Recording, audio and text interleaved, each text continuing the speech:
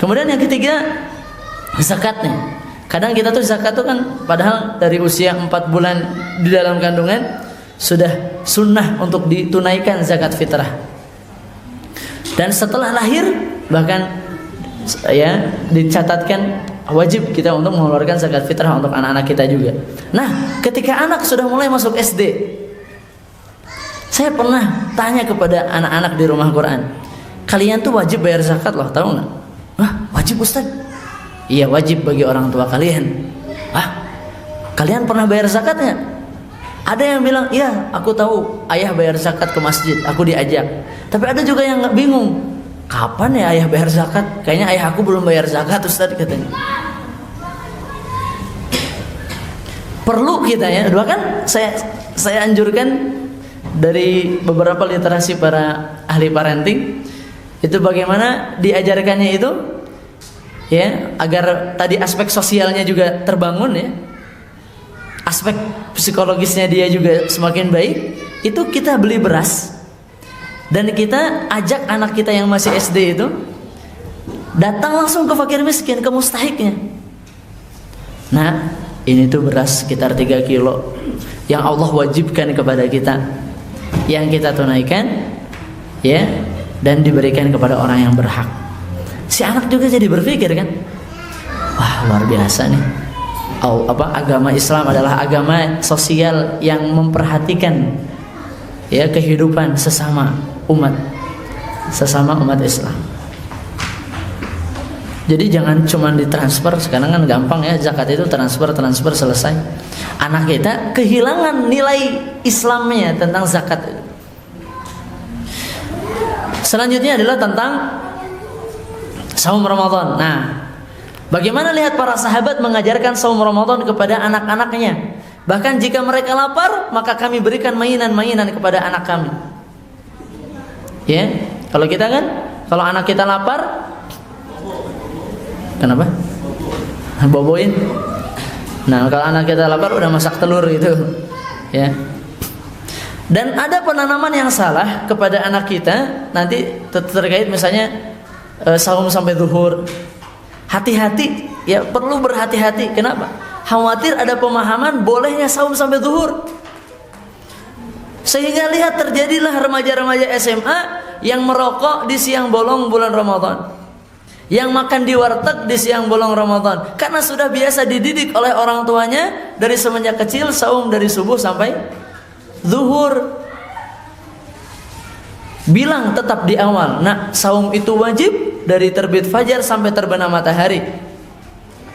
Tiba-tiba dia kelaparan di siang hari, nah itu boleh. Nah, ada keringanan buat anak itu. Tapi ingat yang wajibnya sampai maghrib. Gak apa-apa dia buka zuhur, dia buka asar, tapi jangan ditanamkan kamu boleh sampai zuhur. Itu kata-kata boleh sampai zuhur membuat suatu pemikiran dalam dirinya bahwa syariat itu boleh dipelintir. Bahwa ketika Allah membolehkan B, kata Allah batasannya sampai B, oh boleh sampai A. Karena apa? Karena golden age-nya anak-anak dari usia 0 sampai 6 tahun itu adalah masa di mana kita menanamkan bahasa, keyakinan, akidah yang kuat kepada mereka, keimanan. Bahkan kita sering mendapatkan pertanyaan-pertanyaan dari anak kita, siapa itu Allah, di mana itu Allah, dan lain sebagainya. Ini adalah golden opportunity bagi kita, kesempatan emas bagi kita menanamkan tauhid. Kapan? Ketika anak bertanya. Bunda yang dirahmati oleh Allah, haji dan umrah, gimana cara menanamkan kecintaan kepada haji dan umrah? Bisa dengan adanya foto Ka'bah di rumah kita,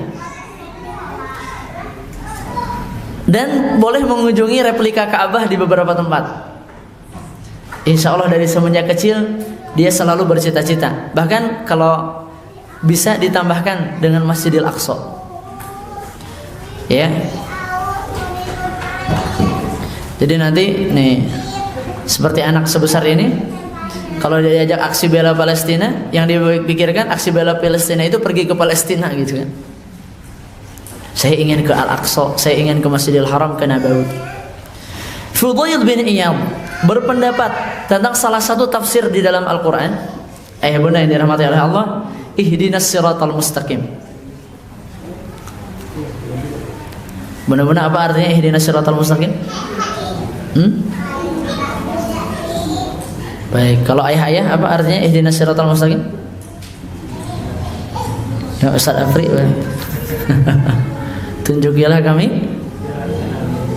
Fudail bin Iyad punya makna yang lain. Kata beliau, tunjukilah kami kepada kemudahan agar bisa melaksanakan ibadah haji. Kenapa Fudail bin Iyad sampai bisa berpikiran seperti itu? Dan ini disampaikan dalam oleh Imam Al-Qurtubi dalam tafsirnya Imam Al-Qurtubi di surat Al-Fatihah. Ayah bunda yang dirahmati oleh Allah, karena rukun Islam ada 5, sehingga seakan-akan tidak sempurna keislaman kita kalau kita tidak naik haji. Sehingga menurut Fudail bin Iyad perlu ada penghayatan, karena masuk siratal mustaqim itu adalah Islam itu sendiri, dan Islam tidak sempurna dengan haji. Sehingga anak itu mulai ditanamkan, nah, ketika kamu baca ihdinas siratal mustaqim, itu boleh diselapkan dalam hati keinginan agar bisa diundang oleh Allah ke tanah suci. Kenapa anak itu selalu diajarkan dengan hal-hal yang mencintai hal yang lain, sehingga dia ingin HP baru, dia ingin gadget baru, dia ingin sepatu baru, dia ingin segala sesuatu yang berkaitan duniawi, tapi tidak ada keinginan, ya aku ingin nabung umroh, ya aku ingin nabung haji. Karena kita sebagai orang tua lalai dan abai menanamkan rukun Islam yang kelima. Pokoknya gara-gara ada kata-kata bagi yang mampu, udah aja cukup kita cukupkan diri, dah saya mah mampu.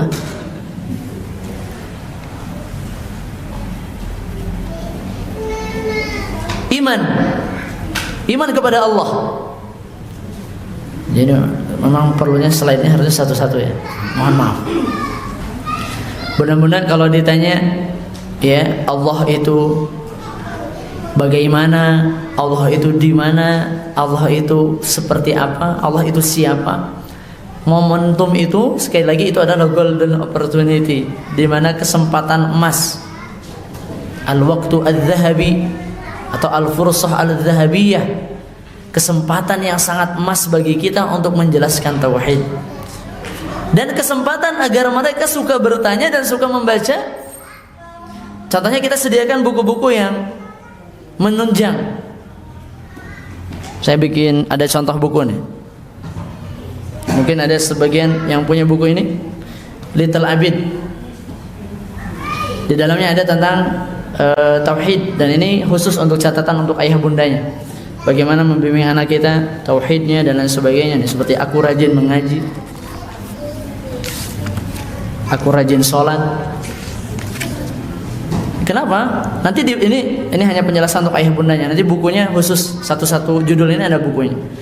Kenapa? Karena ketika anak bertanya itu dan kita kehabisan kata-kata untuk menjelaskannya, kita bisa ajak anak untuk ke buku. Allah itu di mana ya?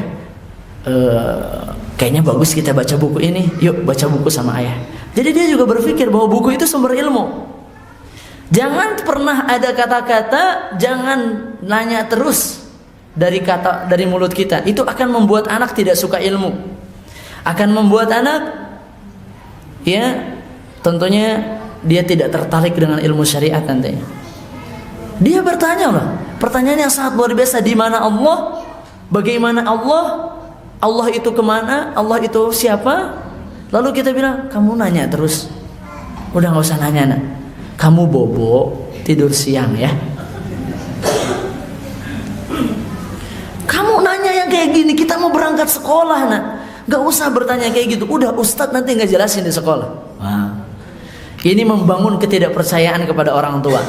Kita secara tidak langsung membuat anak itu tidak tertarik sama orang tua.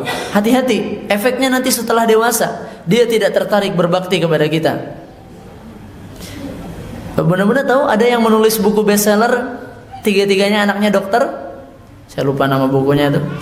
Tentang parenting juga. Tapi dia tarik kembali bukunya. Kenapa? Karena saat dia sakit, dia menelepon anak-anaknya yang tiga-tiganya dokter, tidak ada yang datang.